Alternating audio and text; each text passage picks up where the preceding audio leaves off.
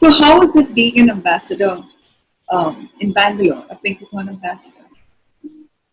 What difference have you felt as a person and as a community? As you said, you build community. So how different was the experience? Okay. So I've been an ambassador for now 6 years, I think. And before me, there are some stalwarts who've been here in Bangalore and who we've learned from. You know, there's Asima, there's Meenakshi, there's Giri, there's Radha, there's Akash. And these are just a few names that are coming to my mind. I don't mean to leave out anybody. There's just a few names that, and they're my friends, so I remember this. But so much to remember, and this is what I mean by belief. I have known Milind off and on. Our paths have crossed in the past during television also. I have known him off and on.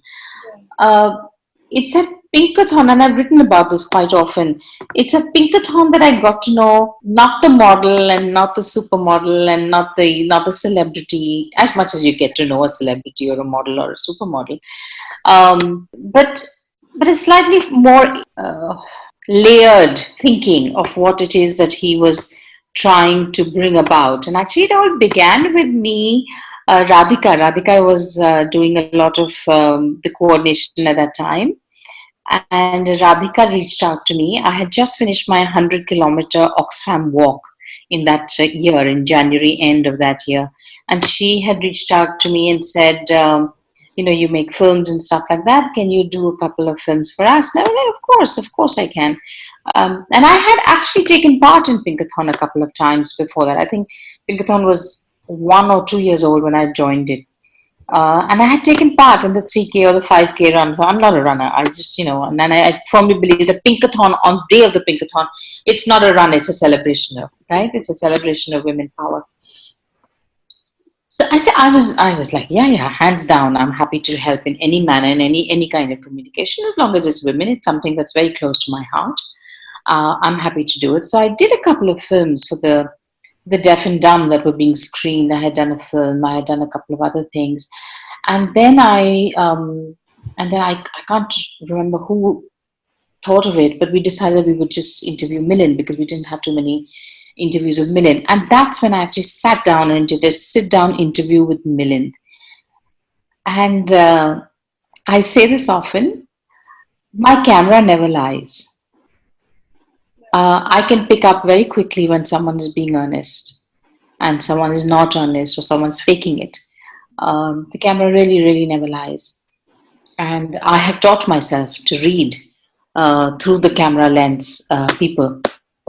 And that's my profession. I need to do that. I need to be able to sort of be on the ball, ask questions, because that is my forte. That is what I have trained in for now 30 years, right? So, I really, really bought into the idea from the man himself. And we discussed it, and I became a Pinkathon ambassador immediately, I think. And ever since, along with lots of people, I'm not going to take any credit for doing work myself. Like I said, nothing like this happens with one person. Along with many people, I have helped build the brand of Pinkathon. I've worked very closely with Milind, pan India, for messaging, for the spirit of Pinkathon, for are we doing things right? Are we doing things wrong? I'm always scolding them. Saying, how can we can't do this? This is about women. Nobody's allowed to say lose weight over here. No, we can't say this. And they're like, okay. So I'm always sort of watching, and that is something in a community, and especially in a community where you have volunteers, and you'll agree with this, Rupali. Everybody has a say, right?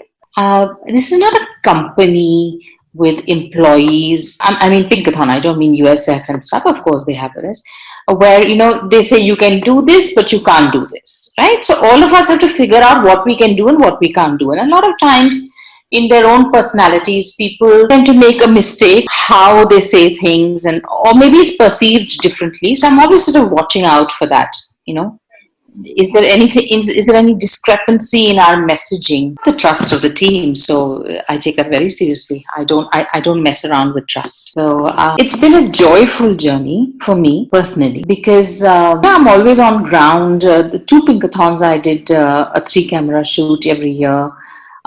Even otherwise, I'm always on ground asking people, why are they running? What's happening? If there's a guy standing, I'm like, who have you come with? And he'll be like, I've got my mother today to run, or I've got my wife, and someone would be with a little baby. And so I always say Pinkathon is not just about women. Pinkathon is about change. Pinkathon is about facilitating that change, because we have a he for she standing there saying, I brought my wife at 5 in the morning. She's going to finish her run, and I'm going to pick her up, and we're going to go back. So it's just this. It's such a rain of positivity on that day, and you would have to be made of steel to not be touched by that positivity if you are on ground on that. It's amazing. It's not about, for me on that day, it's not about Milind, it's not about Pinkathon. Really, it's not. It's about the individual stories. It's really the individual stories. You'll hear of a woman saying, I couldn't move and now I'm doing 3 kilometers. For her, 3 kilometers is like climbing Mount Everest, or someone else says that their journey started with 3 and today they're running 21. Or someone says, I've come here and I enjoyed so much that I've got my mother and my sister. And then another woman will say, I've been doing Pinkathon for 5 years now. And then I got married and now my mother-in-law also comes with me. My sister-in-law also comes with me. We all come together. And this is my mother-in-law, namaste auntie. This is my sister-in-law, namaste.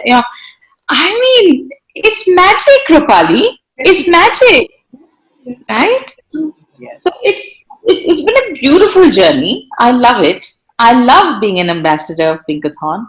I revel in it. I take it very seriously. I'm always looking for conversations on the field. I'm not the kind who'll go up. I mean, yes, we go up on stage and do things if Milind is calling us. But I'm really the kind who will sort of stay on ground and I listen. I enjoy listening. It makes me feel that what we do is worth it when I listen to people tell their stories. So it's been lovely. Bangalore is a very vibrant running community. It has a very vibrant running community, men and women. And I think that Pinkathon has done very well in Bangalore for that one reason. Of course, the weather is beautiful, right? The year through, you can run, unlike the north or even Bombay, where it's so humid in some months. In Bangalore, you can run, mostly you can run the year through. So you do have a very vibrant running community, and we've grown. I mean, Pinkathon has grown from what? I think the first was 2,200 to over 12,000. I mean, that's amazing, right? That's amazing. It's been a wonderful journey. I've gotten so many people into Pinkathon. I bully people into it. And it's like, you have to come, you have to come, you have to come. So many ambassadors I've got into Pinkathon after me. We have a great time. Yes. We have a great time. I guess when you believe in something and you give it your all, you feel that you need to, explore and you need others to explore it. And how do you, I've seen your pictures with those amazing sarees that you don. So tell me something more. Will you tell me something more about how you fell in love with sarees? What is it that drawn you to be, clad in sarees most of the time? So like all women in my wedding, also I got a lot of sarees. But my saree journey actually goes back to, of course, when we were little, wearing mummy sarees or wearing a dupatta and playing house and stuff like that. But as a journalist, I was a very young journalist, Rupali. I was 22 on television and learning the ropes as we went. It was a very nascent medium, really. So I think just to give gravitas, I used to be a little nervous talking to, the who's who, right? I mean, in business, we were talking to the heads of the companies, to Ratan Tata, to Aditya Birla at that time, to, I used to report on the stock exchange. So there was always something to learn, and I felt that the sari gave me a lot of gravitas. Gave me a little bit of confidence to sit in front of these people and speak to them. Uh, Within a couple of years, I became bureau chief. I was again a very young bureau chief at that time for Bombay, and I was handling not only Bombay but also editing for the entire rest of the country at my company Plus Channel. And I think after about 2 3 years, I used to go into the rooms not as an equal. I mean, you can't be an equal to people who have accomplished so much, but more confident. And at that time, the sari became my confidant. First, it gave me confidence, and then it became my confidant. And sort of, I reach for the sari often, to even at work. Not every day, often. In fact, if I was wearing a sari, people would ask, "Kiske saath interview hai?" When you're editing or something, you're sitting in nothing short of PJs and a big jumper because it's so cold in an editing room. But if I was wearing a sari, they would ask me, "Oh, is it a special interview today?" Or, "Who is it?" And I would be like, "Yeah, man, I got to interview this person, so I'm wearing a sari today." Tell me a little more about storytelling. How does storytelling, I mean, has it got to do with your medium of expression, being a journalist for 30 years? And does that have to do anything with you choosing something? Storytelling. It's a good question. Never thought of how I began storytelling. For sure, reportage that I did, and I did that for 13 years in Bombay before I moved to Bangalore and started my own company here. But so I'm going to answer that question in retrospect. I don't know how I began or what, but when I think back and when I look back, I really feel that we are the stories that we live, all human beings. And of course, this is from the impact of the 100 Sari Pact also, that we are really, really all a story. And if we can tell our story as honestly as possible, then that's the only way to connect. That's really the only way to connect with people. When there is commonality, and it can be dangerous also, huh? So the commonalities can be very dangerous commonalities also. And that is why I'm saying that when you tell your stories, you attract people who sort of believe in you, or find a little bit of themselves in you. And the bigger the positive wave that you can create, that ripple effect that you can create, the faster you can bring change. So I really, really believe that we are all our stories. We've lived so many stories, each one of us, all of us, that it's fascinating for me. I was always a curious child. It's fascinating for me to uh, put the pieces of the puzzle together. So, a lot of people, even when, like, I've designed all the homes I've lived in, and I remember my husband saying, what should come here? And I would be like, this. And you said, no, just give me the big picture. I can't see this, ye hoga, fin ye hoga, then this. So I'm able to do that. And I think that it also comes from, writing stories, writing scripts, trying to break it down to figure out how is it that the viewer or the reader or the listener is going to be able to make any sense of what's happening in my head. Am I able to communicate that to you? I'm able to see the small pieces, and I'm able to make a big picture out of it. And I think that's what telling a story is, right? Yeah, so that's what telling a story is, and I enjoy fitting the pieces of the puzzle together. And what does Anju get excited with? What does Anju like the most? A little more about Anju.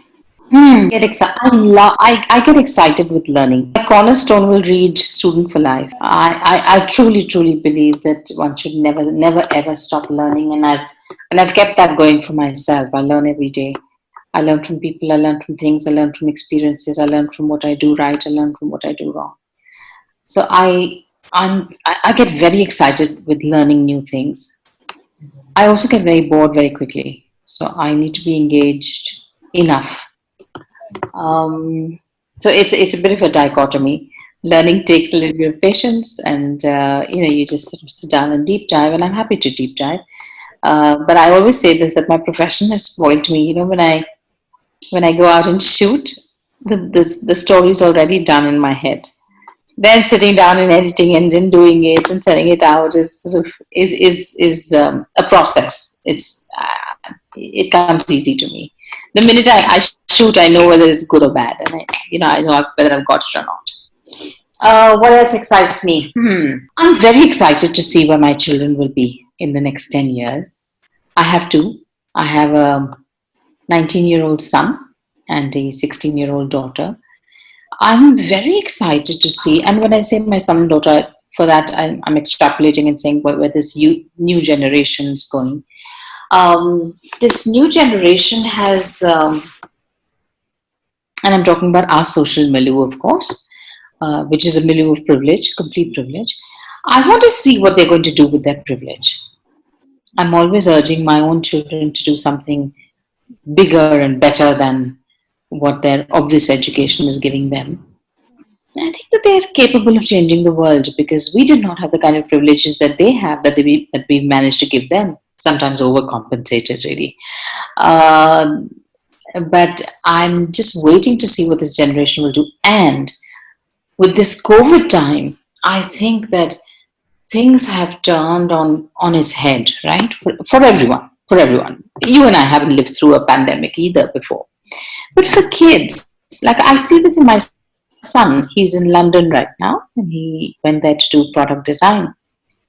And he's like, how are they going to teach product design online, right? I mean, how? Thoda sa theek hai, but otherwise, it's a very tactile. You need to make things, you need to figure out things, you need to get into a workshop. And I see a lot of my other friends' kids also saying all kinds of things, whatever they're learning. I would love to see how this generation will change because of COVID. It's perhaps the first time that it has seen adversity. All things beyond their control. Otherwise it's like, oh, mom fix this, mom fixes that. You know what I mean? There is entitlement. Obviously, there's entitlement. So I'm very excited to see now in the near future what these kids are going to do, including mine. I'm super excited about a post-COVID world. I'm waiting to see what the world is going to be after COVID. I think it may surprise us, and I hope it surprises us in a changed and good manner. Of course, we will all learn lessons, and of course, we will all forget very quickly also. But I hope some lessons are longer lasting. What else excites me? I'm always doing projects, Rupali. I'm always doing all kinds of things. I first say yes, and then I figure out how to do things. I'm that kind of person. I don't think twice before saying yes. If someone says, you want to do this with me, and okay, let's do it. See, I'm always doing a dozen things at one time. I don't see it as a burden. This interview was basically because I truly felt that you are the hero of the week from Pinkathon Getting Out Group. So how would you sum it? I am the hero of this week because... I think there is a hero in all of us. Right. I think that there is a hero in all of us. We're all capable of being heroes. We all just have to find the whatever it is. I mean, it takes clarity, it takes strength, it takes perseverance, it takes resilience, it takes patience, it takes sometimes mind over matter. It takes physical strength also, physical and mental strength. You just have to be in the right place. I have strived for this for some time now to just find a balance and equanimity in my life, and that is my goal. I always say, people say, what do you want to do next? I say, whatever I want to do next, I want to be happy and in balance. And when I say happy, I don't mean like ha happy, right? I mean, you can't be ha happy all the time, but whatever it is that happens, you're able to sort of take it in with equanimity and enjoy the journey. And am I a hero or not? I don't know. Some days I feel invincible. Some days I feel very vulnerable. And for everyone who says that a little part of what I have done inspires them, I always say this: surround yourself with as much positive people as you can. I have amazing friends that I learn from. and a little bit of the magic rubs off on you too. So no, I'm no hero. I'm just living my life as honestly as I possibly can. I'm a big champion for women, for change, for children. I'm not a male basher. I have some amazing men in my life, and I really believe that the opposite of patriarchy is not matriarchy; it's equality. And I hope that we can together, men and women, create a better world. And it starts with us. It starts with each one of us. So I would say I am confident. No two ways about it. I'm not a shriveling flower at all. I'm confident and I know what I want and I know how to get it gracefully. And if I don't get it, I am able to accept with as much grace. Amazing. It's really amazing. Did that make any sense? It did. It did. Of course, it made sense. It does make sense to know that grace is in everything. As long as there is grace, with ease and grace. You have to be graceful, yaar. I don't like rondrapana, huh? I Yes, don't like rondus. I'm always telling people, I'm not coming to your pity party. I'm sorry. And everybody is allowed a pity party for one day. right. True. Then they have to get up and move. And start. Everybody is allowed a pity party for one day, only one day. True. Yeah. Look around you, yaar. How much we have. If we throw pity parties for ourselves, look at people, look at the suffering, look at this. I mean, we have no right to be unhappy. We have absolutely no right to be unhappy. And I understand that everyone's, struggling with whatever mental health, and especially at this time, that mental health is coming to. But it also bodes to think very carefully why we are where we are in terms of mental health. Of course, you can't help it, but what have we done to ourselves? We've made ourselves so alone in our worlds that it is affecting us so much, right?